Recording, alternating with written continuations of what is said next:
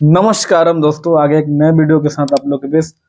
तो खेसारी लाल यादव के फैन के लिए बहुत बड़ी खुशखबरी है, क्योंकि कल अखिलेश कश्यप के साथ खेसारी लाल यादव इंस्टा पे लाइव आए थे और बातचीतें हो रही थी। उनकी पूरी टीम भी थी खेसारी लाल यादव के, और अखिलेश कश्यप से बात करते उन्होंने ये बताया कि बहुत सारे जो गाने हैं, अखिलेश कश्यप ने बोला कि भैया तैयार है आपके लिए। तो खेसारी लाल यादव ने बोला कि जो जो अपने गाने लिखे हैं, मस्ती मजाक भी करा, और थोड़ा मतलब जब से उनका ग्लोबल म्यूजिक जॉनसन के साथ सीन चल रहा है, उसके बाद थोड़ा सा मतलब पहली बार खेसारी लाल यादव खुश दिखे।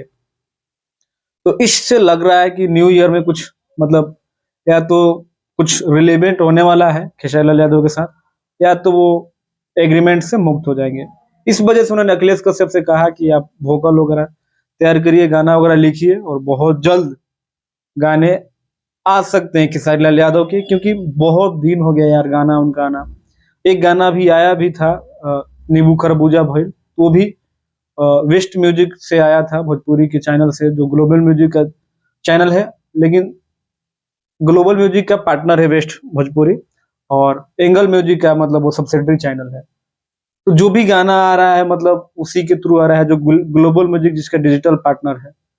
तो खेसारी लाल यादव के फैंस के लिए और खेसारी लाल के लिए एक बहुत बड़ी पॉजिटिव साइन है। अगर ऐसा होता है तो एक बहुत बड़ी उपलब्धि होगी खेसारी लाल यादव के लिए, और लाइफ में शायद ये गलती वो दोबारा नहीं दोहराएंगे।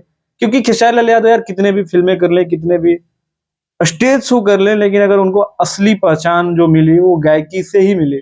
इवन अगर वो एक स्टार आज बने हैं, भोजपुरी में इतने बड़े स्टार बने हैं, तो वो अपने सिंगिंग के थ्रू ही बने हैं, ना कि वो फिल्म से बने हैं।